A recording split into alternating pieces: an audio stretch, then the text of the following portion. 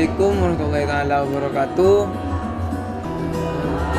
Pada kesempatan kali ini kita akan membahas tentang lafal-lafal atau perbedaan secara detail dalam permasalahan jilid 1. Lah, karena saya sebagai pemula pastinya banyak hal-hal yang saya tidak paham di dalam materi jilid 1. Salah satunya yaitu perbedaan isim ghairu munsharif,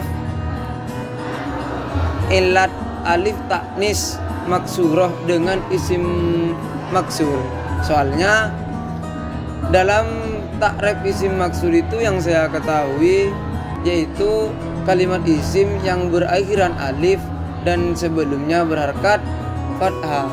Sedang wazannya alif taknis maksur itu fa'la fu'la fi'la. Lah, kan terjadi persamaan antara keduanya tersebut. Apakah bisa menjawab? Gimana? Siapa namanya sebenarnya? Yusuf. Mana sih? Bisa sih. Bisa sih. Tidak bisa Pak Guru. Jadi kalau nggak bisa mungkin langsung ke Pak Guru saja jawabannya. Gimana Pak pendapat sampean? Sampean bisa langsung lihat saja apa takrif dari isim ghairu munsharif. Syarat-syaratnya kalimat untuk bisa dijadikan isim ghairu munsharif itu apa? Karena syarat-syaratnya isim ghairu munsharif itu tafa'al tanwin. Jadi kalau yang isim maksur contohnya seperti al-huda itu biasanya memang ada alnya. Berarti kalau yang seperti itu adalah isim maksud.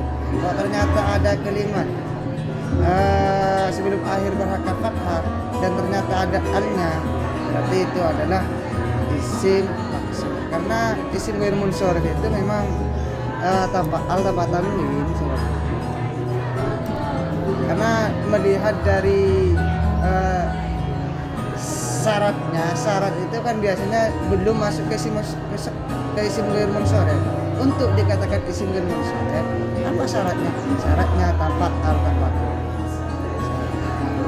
Jadi kesimpulannya, jika ada lafal semisal qadha, maka itu disebut isim ghairu munsharif karena tidak al dan tidak bertanwin. Kalau qadha itu biasanya bukan isim ghairu munsharif, biasanya qadha tidak qadha, al-qadha. Oh, al-qadha. Iya. Jadi itu isim maksur. Iya. Lah, ada lagi yang janggal dalam Al-Miftah jilid 1 yaitu perbedaan di antara isim tasniyah dan jamak taksir yang berakhiran alif nun.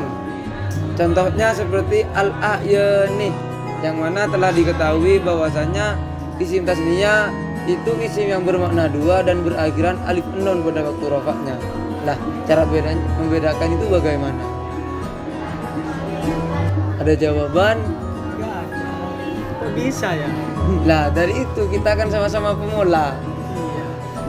Jadi langsung saja pada Pak Guru biar lebih cepat. Sebenarnya untuk di al-miftah itu memang dalam kalimat-kalimat itu memang banyak berakhiran dengan alif nun.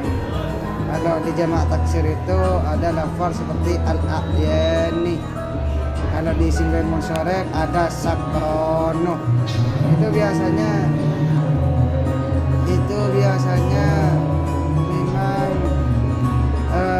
oleh pemula itu bisa dikatakan isim ghairu munsharif. Makanya bagaimana cara untuk membedakannya? Cara untuk membedakannya adalah kalau misalnya a'yani, kalau jamak taksir buang dulu tambahannya. Setelah dibuang tambahnya kira-kira jadi kalimat apa tidak? Kalau tidak jadi kalimat berarti itu adalah jamak taksir. Kalau jadi kalimat berarti itu adalah isim tasniyah.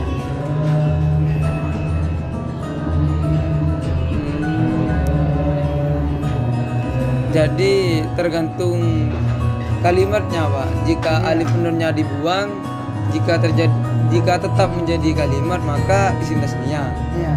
Dan jika alif nunnya dibuang dan tidak bisa jadi kalimat maka tergantung lafalnya tersebut. Nah, ada lagi seperti lafal sakrono, itu kan juga berakhir alif nun.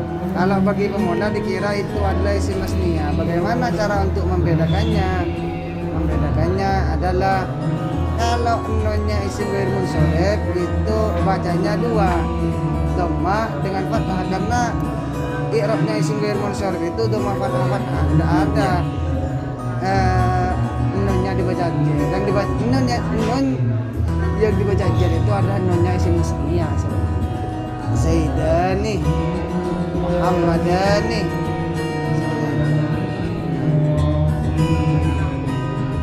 Ada hal yang lain yang janggal? Sudah paham, tapi saya masih punya satu kejanggalan dalam jilid 1. Dalam takrif isim mangkus sekarang kan tadi isim maksur, sekarang isim mangkus dengan isim yang mudhof pada ya mutakallim.